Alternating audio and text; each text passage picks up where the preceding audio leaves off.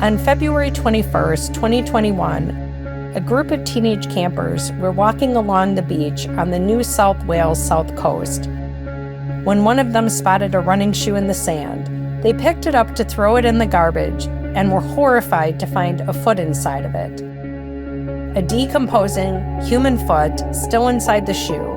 The shoe had washed up on a remote beach about 500 kilometers south of Sydney.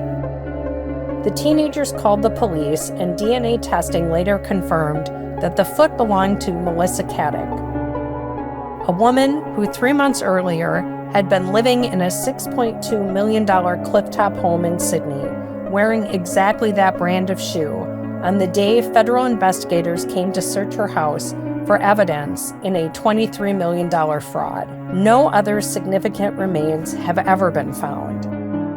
In 2023, a coroner declared her dead. She could not say how Melissa died, though. She could not say when or where, and she could not say whether Melissa went into the water by her own choice. What she could say was that the man who shared the house with Melissa waited 30 hours before reporting her missing, and that he knew more than he told the police. Hi, and welcome back to the channel. If you enjoy thoughtful stories about true crime, cults, scams, and all things Scareful, you're in the right place. Please leave a comment, like, and subscribe, as that tells YouTube to show the video to more people. And now we're on to the Scareful story of Melissa Caddick. Melissa Louise Grimley was born in 1971 and grew up in a southern suburb of Sydney. She was a pretty average student at Peakhurst High School, except for two things her classmates remembered. She was aspirational even back then, she was very organized, and she was particularly keen to impress girls from wealthy families. She also controlled the narrative about herself carefully, only sharing what she wanted to and deciding deliberately what not to share. She was going to control exactly what people knew about her.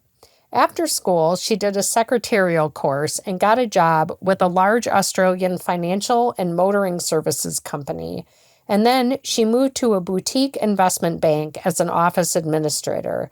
But only 6 months into that job, in 1998, she was caught forging her boss's signatures on checks. The amount she stole was just under 2,000 Australian dollars. And all the money in this story is in Australian dollars. And right now, the current rate of exchange is $1 equals $1.39 Australian. But of course, this was back years ago, so the money would be a little bit different. But when we get to some of the larger amounts are still really, really, really big, large amounts. The $2,000 wasn't a lot of money, but the company gave her a choice. Leave now or we'll call the police. She left, and they didn't call the police. And that decision, made by one company in 1998, is possibly the reason this story even exists. After she left that job, Melissa walked into a job at Wise Financial Services, which is a subsidiary of ING, a Dutch multinational bank. Melissa was charming, organized, and was very good at making clients feel taken care of. By 2003, she bought a 25% stake in the firm for the amount of $750,000. And she made her way onto the cover of the trade magazine Independent Financial Advisor. Then, in 2004, she left Wise, or she parted ways with them, depending on whose version you believe. Either way, she signed a 5-year non-compete agreement and got back her original $750,000 investment.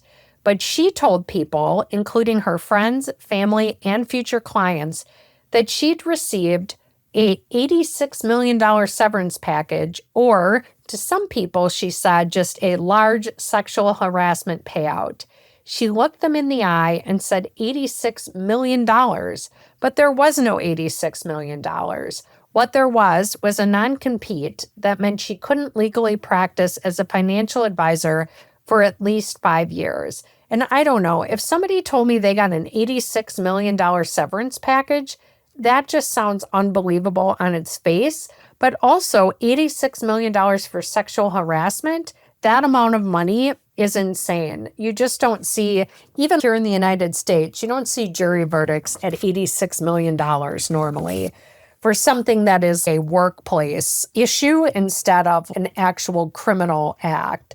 But moving on, she married Tony Caddick back in 2000, before all of this kind of drama began. But during the years after leaving Wise, she encouraged him to go back to school. Tony completed a law degree and was admitted as an attorney in 2006, which is the same year Melissa had their son.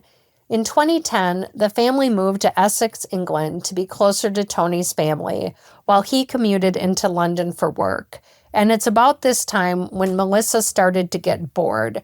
She was taking care of their child, and she was working by some accounts some part-time jobs, but she wasn't working full-time and kind of in that day-to-day of the corporate world. One day, she told Tony that she was attending a conference in Switzerland, but she was actually in Paris with her hairdresser and boyfriend, Anthony Coletti, whose flights she had paid for. A mutual friend photographed them together. Tony found out and went to stay with family, and while he was gone, Melissa cleared their house out in Essex, emptied their joint bank accounts, and left for Sydney with their son.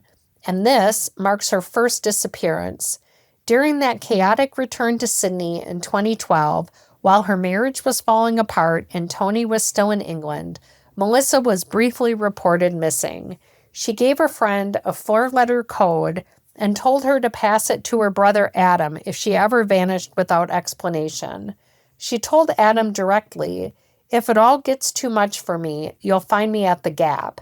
The Gap is one of Sydney's most well-known unalive yourself sites. It's on the cliff near Watson's Bay.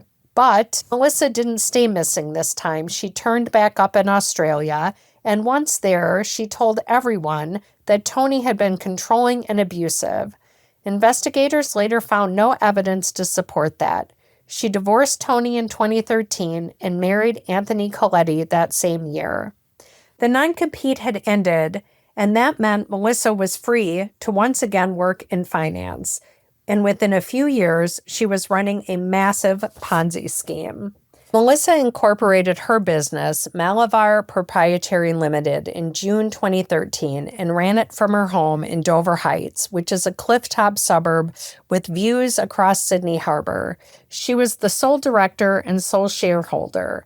She used no accounting software. She just did everything in Excel, which, might be seen as a little quirky, but might also raise some red flags if you're going to be investing millions of dollars with her. Melissa cultivated almost exclusively one type of client, people who had known her or her family for years.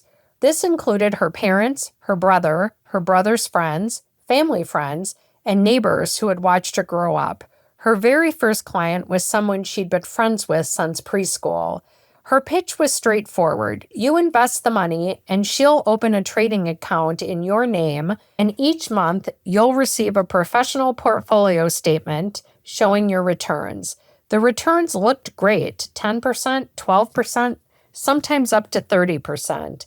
But the trading accounts were completely fake. She never opened even one. She never purchased a single share. The portfolio statements were fabricated in Excel and sent out on a letterhead that made it look official. She invented account numbers and mailed out the statements every month like clockwork. The money that she received to invest went straight into a network of more than 37 bank accounts she controlled, and then straight out again to fund her life.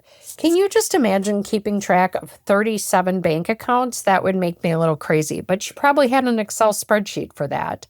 Melissa lived the high life. She purchased a 5-bedroom home in Dover Heights for $6.2 million in 2014. Her husband drove a $300,000 electric blue Audi R8. She had $2 million in jewelry, a designer wardrobe, and regular ski trips to Aspen. And when investigators went through her accounts when the fraud was exposed, they found $262,000 sitting in a Christian Dior account. Not spent, but just sitting there. I didn't even know you could just have an account. with Christian Dior, probably because I can't afford Christian Dior. But even if you had the money, would you leave $262,000 sitting there not earning interest? That just sounds nuts.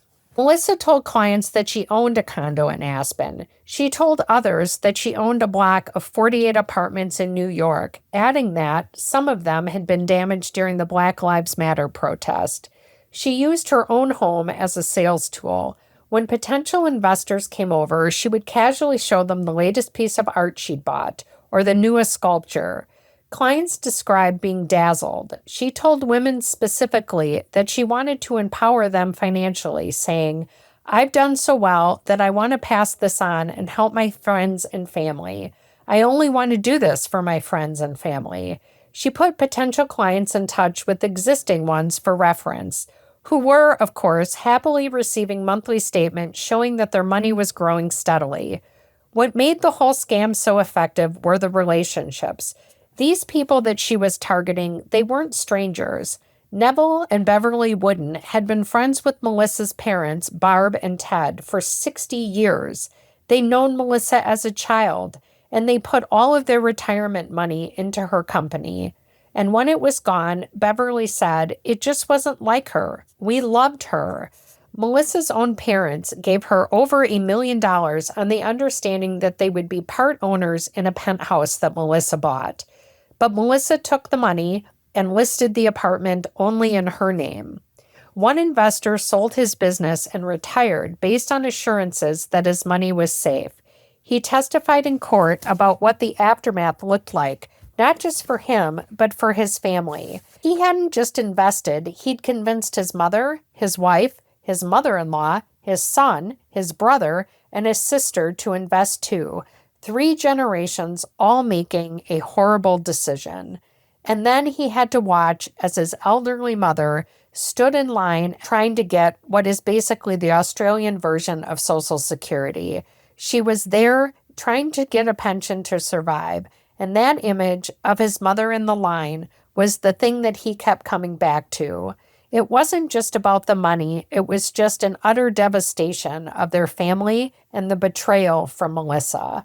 By November of 2020, somewhere between $20 million and $30 million was just gone from approximately 72 investors, almost all of whom were family or lifelong friends. It was in November of 2019 that the threads of the scam started to unravel. A financial advisor named Jennifer Porter contacted ASIC, the Australian Securities and Investments Commission. Porter had discovered Melissa's company was operating under Porter's own Australian Financial Services license number without her permission. Melissa had simply taken the number and started using it because you need a license to do what she was doing, and Melissa didn't have one. ASIC received the complaint and apparently filed it, but it seems did nothing with it. Porter contacted them again in June of 2020. Then, in August of 2020, Porter had a routine dental appointment at an endodontist's office in Sydney, and she found herself in the waiting room next to a woman she had never met named Dominique Ogilvy. They got to talking about financial advisors. Ogilvy mentioned that she was using Melissa Caddick. Porter's ears perked up at the name, and as Ogilvy was called in for her appointment, she said, "I need to speak with you." The 2 ladies exchanged numbers, and they met later that day, and Porter explained what she knew. Ogilvy had invested $2.5 million with Melissa. Instead of confronting Melissa directly, she told her that she urgently needed the money back in order to buy property. Melissa transferred everything, a full $2.5 million plus a $382,000 in profits, which made Dominique Ogilvy the only investor in the entire scheme to get out with everything she'd put in and a little extra. ASIC formally launched their investigation on September 8th of 2020. On September 14th, they interviewed Ogilvy. That same evening, Melissa texted her employee at 8:55 p.m. asking for names of document shredding companies. The next day, she booked ShredX to come to her home. ASIC said they don't believe she was tipped off, but the timing is very coincidental. Did Melissa just sense that the end was coming near? Did Melissa think it was weird that Ogilvy was asking for her money back? Or did somebody tip her off? By early November, ASIC had enough information, and they applied for search warrants. They got an emergency federal court freeze order on Melissa's bank accounts so that nothing more could disappear before they arrived. At approximately 6:30 in the morning on November 11th, 2020, 21 people arrived at Melissa's Dover Heights home. It included 8 Australian federal police, the AFP, roughly the equivalent of the FBI in the United States, 11 ASIC investigators, and 2 digital forensic specialists. Melissa was read her rights in the living room. Anthony Coletti was there, and so was Melissa's 14-year-old son. Coletti drove the boy to school at 7 a.m., came back, and for the rest of the day, he and Melissa sat in the backyard together drinking coffee and smoking cigarettes while investigators worked through the house. Melissa was not under arrest, and she could walk around freely. She even made herself a protein shake. According to investigators, she did not appear terribly distressed. Inside her dressing room, there was a safe, and inside the safe, officers found currency and a significant amount of jewelry. Melissa identified each piece in a quiet voice, telling them which belonged to her and which to Anthony. She was very calm and very cooperative.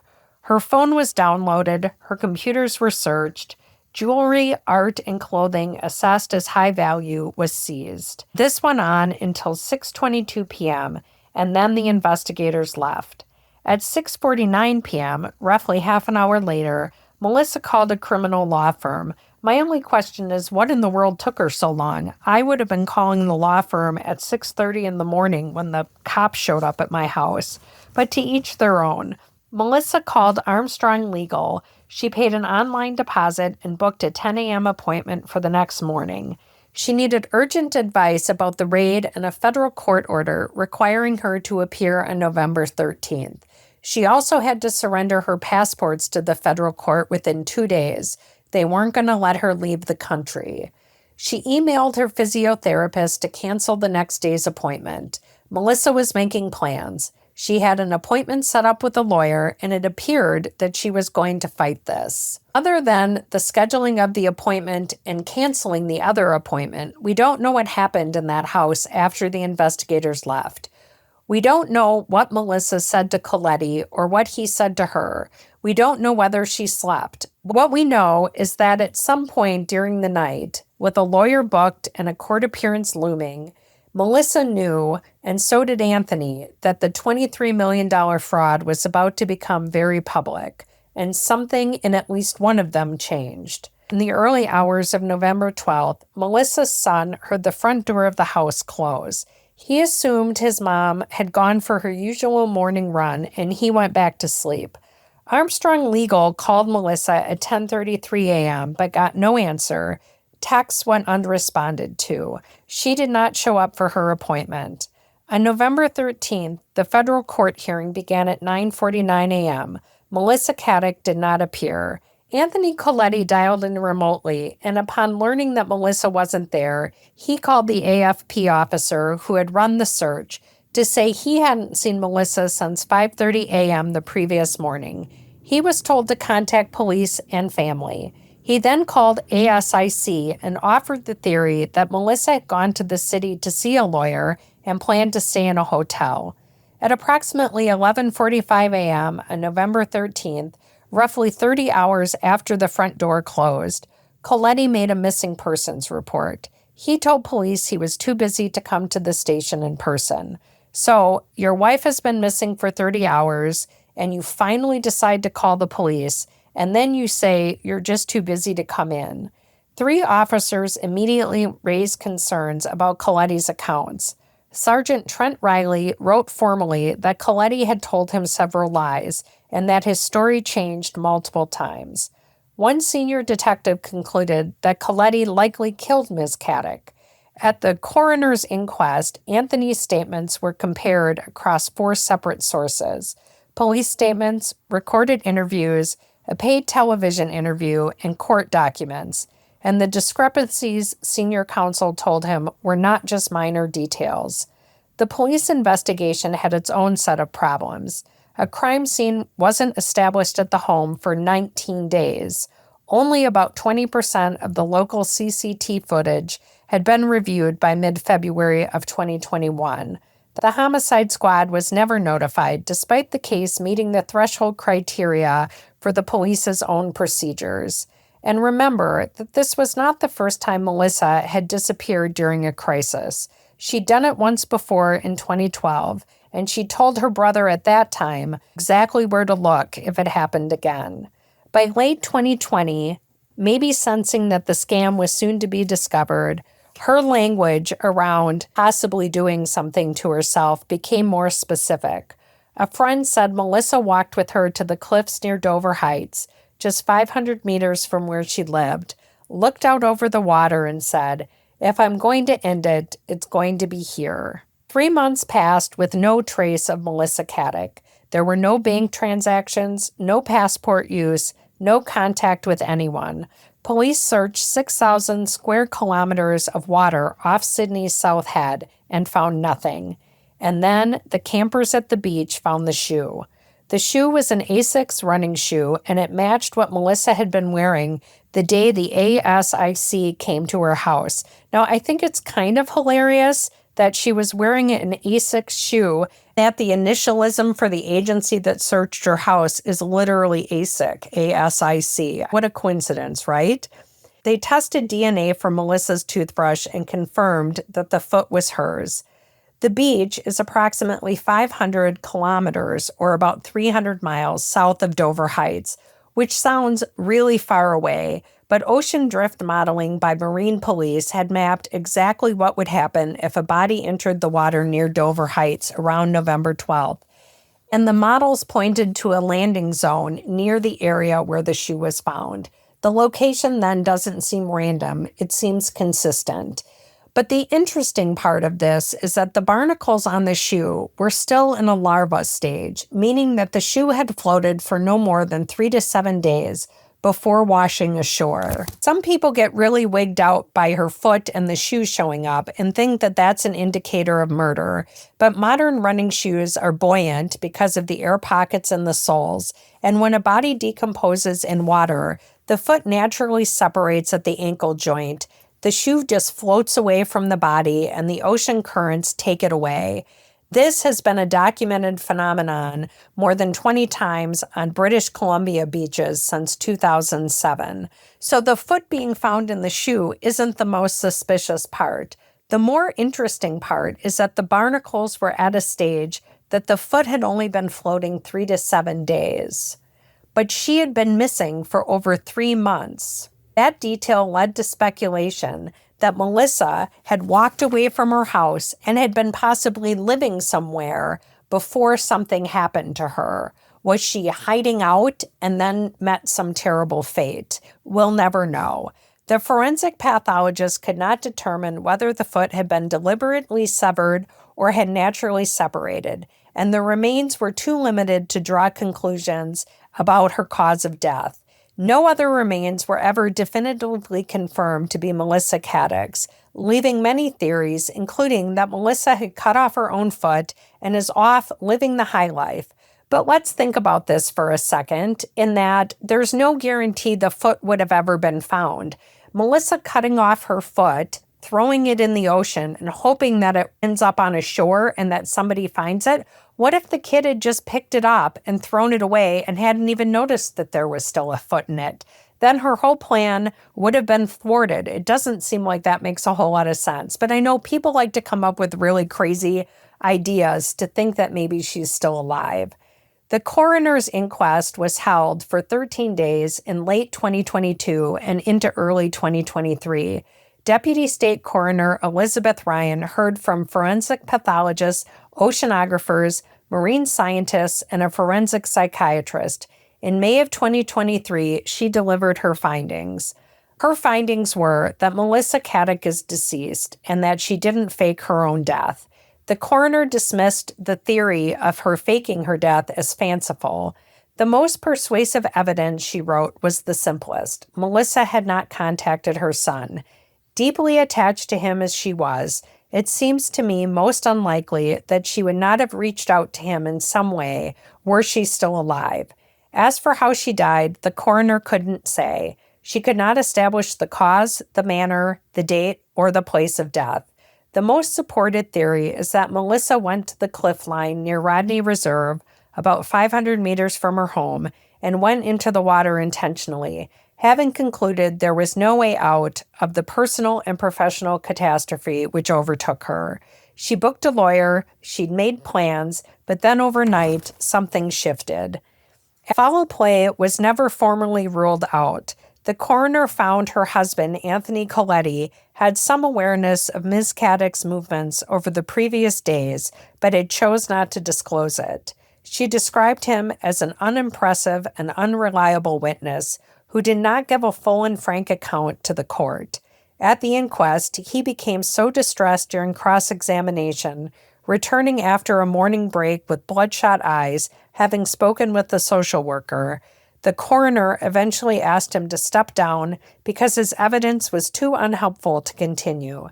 His response to being questioned about the inconsistencies in his accounts was, "The way you talk is not the way my mind works."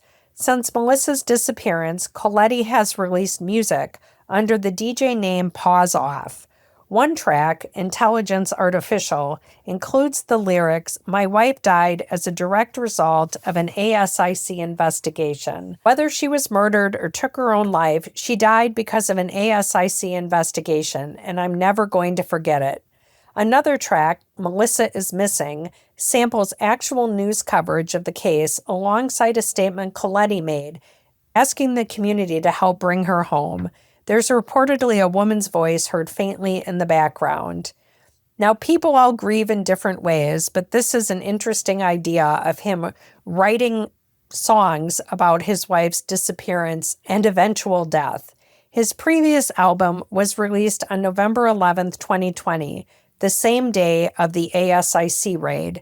Its cover featured Melissa's Asics running shoes, which is just, again, what a crazy coincidence, right? Or was it? As of 2024, Coletti lives in a small apartment only about 2 kilometers from where Melissa vanished. He has been photographed walking near the cliffs and wearing Asics shoes. For the investors, proceedings ground slowly towards some resolution. The $9.8 million Dover Heights home was sold. The penthouse was also sold. Clothing, jewelry, and art went up for auction. There was a class action lawsuit against auditors, 5 separate audit firms who over 8 years gave clean bills of health to Melissa's business and to accounts that were listed as assets even though they didn't exist. The lawsuit was settled in 2025. Most investors eventually recovered approximately 45 cents on the dollar, which is better than nothing, but still a huge loss.